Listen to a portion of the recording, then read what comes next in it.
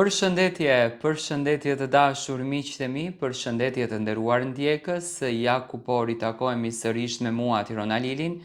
pikërisht këtu në kanalin Monitor TV për të komentuar dhe për të ndarë bashkarisht lajmet edhe ngjarjet më të fundit. Në fakt, shumica prej jush më keni kërkuar që të komentoj lajmin, apo këtë thashe themin, që në fakt po qarkullon lart edhe poshtë për raportin e krisur të Brikenës edhe Franceskës. U tha që Brikena dhe Franceska kanë patur një mosmarrveshje në televizionin Top Channel, ekzistojnë disa mesazhe të shkruara nga Franceska, që në fakt më kanë rënë në sy, mi kanë sjellë edhe fansat e Brikenës, ku Franceska është e prerë qartazi për raportin e Brikenës dhe Mateos, një raport të cilin ajo nuk e mbështet fare dhe e quan një raport të rrejshëm edhe fake. Pyetja më e madhe që bëhet, që shtrohet është përse Franceska i ka këto qëndrime, për çfarë arsye Franceska është kaq e fortë në raport me Brikenën edhe me Mateo, pse ekziston kjo ftohtësi. Tani, Brikena dhe Mateo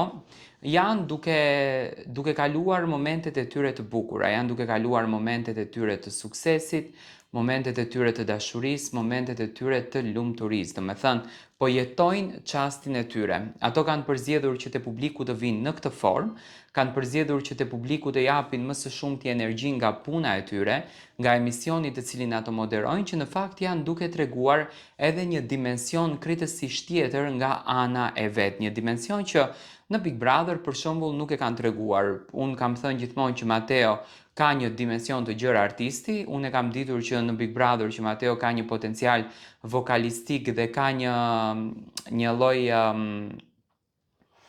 arti brenda vetes që di edhe të këndoj, që në fakt të tjerët nuk ja pranojnë suksesin, por edhe Brikena po tregohet dita ditës që është shumë e shkathët dhe shumë e zonja dhe që Top Arena ka shumë rëndësi për të dhe me të. Siç duket, vëmendja e madhe që ka marrë Brikena dhe Mateo, dashuria e madhe që kanë te publiku dhe që përflitet shumë për to, e ka bërë që Franceska të mbajë këtë qëndrim dhe të jetë pak si e ftohtë. Në fakt, nga ana e Brikenës kemi parë respekt, natën e mbrëmshme gjatë live-it kur u kyç në Top Arena, tregoi respekt për Franceskën. Franceska pati një buzëqeshje pak si të ftohtë. Në Shizon Top me Mateon kanë një marrëdhënie korrekte,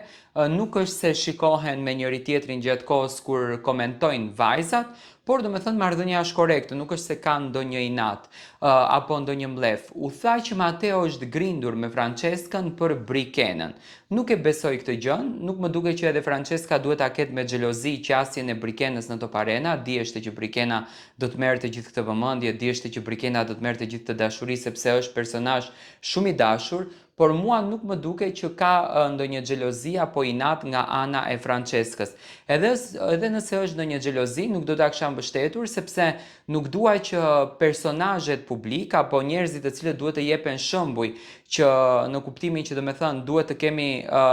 duartrokitje për njeriu i cili ka sukses, duhet ta duam njeriu që ka sukses, duhet ta respektojmë njeriu që ka sukses, nuk duhet në asnjë mënyrë që të shikohen me kaq urrëtie dhe me kaq mlef njëri mes tjetrit.